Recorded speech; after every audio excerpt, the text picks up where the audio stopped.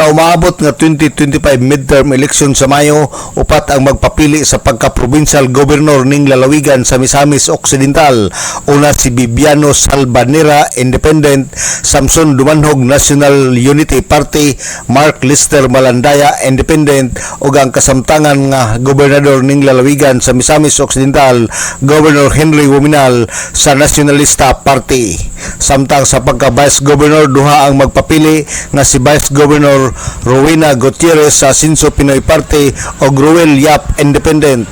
Sa pagka-board member sa 1st District, siyam ang magpapili. Una si Ann Banga, Independent; Rojim Bangis, Independent; Bonifacio Macas, Partido Demokratiko Pilipino Lakas ng Bayan; Winston Catane, Asinso Pinoy Party; Alejandro Guantiro Jr., Asinso Pinoy Party; Duna Iyog, Asinso Pinoy Party; Rosan Marie Pailaga Lim, Asinso Pinoy Party; Rico Ricolita, Katipunan ng Nagkakaisang Pilipino Pinoy Party; ug Agnes Villanueva, Asinso Pinoy Party.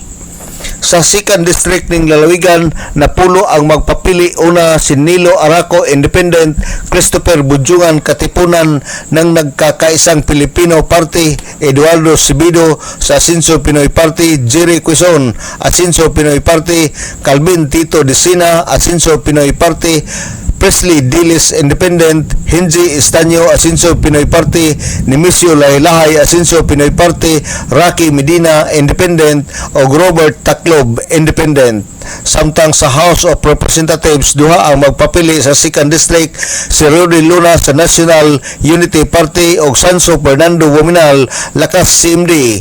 Samtang sa 1st District sa House of Representatives, duha ang magpapili. Una si Jason Almonte sa Nacionalista Party o Roy Yap sa National Unity Party. Sa lungsod sa Panaon, Misamis Occidental, usa ang magpapili pagka-mayor sa maong lungsod nga si Francisco Pailaga Jr. sa Asinso Pinoy Party ug usa-usab sa pagka-vice mayor si Crisan Ann Marie Macias sa Asinso Pinoy Party uban sa napulo ka mga konsehal. Una si Hazel Balat Al Camunay, Paulita Galleros, Patricio Halapit Jr., Cecilio Pabatang, Edralyn Sombrio, Rosita Takan og Norman Tindahan, pulos mga Asinso Pinoy Party. Sa lungsod sa Jimenez, tulo ang magpapili sa pagkamayor.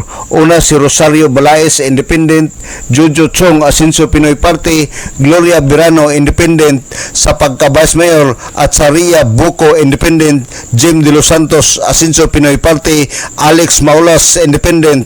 Sa pagka-konsehal, adunay 16 nga magpapili. Si Constancio Balaes, Independent; Aljan Bawas, Asinso Pinoy Party; Ronel James Cabog, Asinso Pinoy Party; Josel Cyril Chong, Asinso Pinoy Party; Saldi Daminar, Asinso Pinoy Party; Mimi De Los Santos, Asinso Pinoy Party; Aimee Fernandez, Independent; Cristel Lera Limkimbo, Aklan, Independent; Argel Lomo, Independent; Dick Palangan, Asinso Pinoy Party; John Josephine Paradero, Asinso Pinoy Party; Rosareno Pindon, Asinso Pinoy Party; Marilyn Midis, Independent; Dalia Ramo, Independent; BD Soliano, Independent; Dixie Oy, Independent.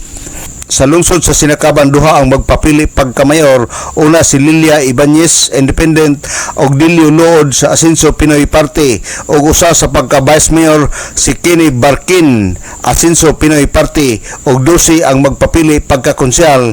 Una si Josie Binti, Independent; Dayan Sien Agonos, Asinso Pinoy Party; Cristina Ibon, Independent; Renato Lagas, Independent; Isidro Macalisang, Asinso Pinoy Party; Nelson Mercado, Asinso Pinoy Party; Raim Naranjo, Asinso Pinoy Party; Robert T., Asinso Pinoy Party; Bernardino Cho Sr., Asinso Pinoy Party; Christian Jack Binti, Asinso Pinoy Party.